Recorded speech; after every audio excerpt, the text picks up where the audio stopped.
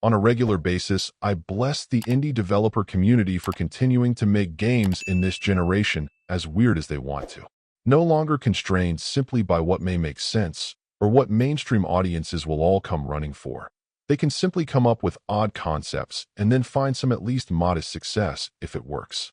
In many regards, I'd say Aureole feels a bit like a poster child for this sentiment, mixing together an oddball story involving angels, demons, and ultimately making use of what looks like a halo to engage in action-oriented speedrunning while rolling around. Does it make much sense? Not at all. But can you have a good time with it? Maybe, if you don't mind the focus of the gameplay being decidedly narrow. I absolutely respect the developers for creating such an odd story to complement the action, since honestly you could have just made this a speedrunning game without a need for explanation. But I could see people going either way on it.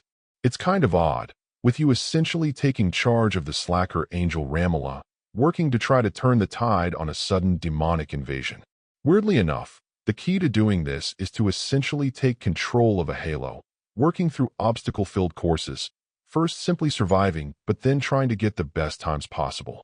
Thankfully, there's a decent amount of technique. The controls are generally responsive, and each stage has its own sense of flow.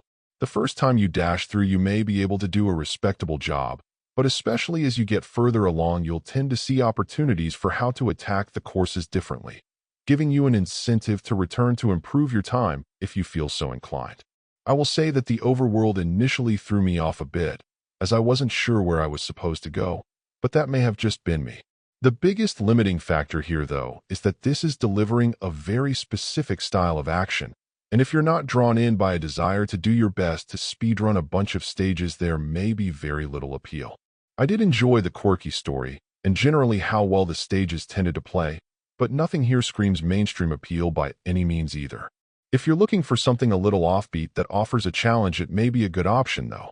Overall, my final score for the game ended up being a 7.3. And if you're interested in picking it up, it's currently available on the Switch eShop for $12.99.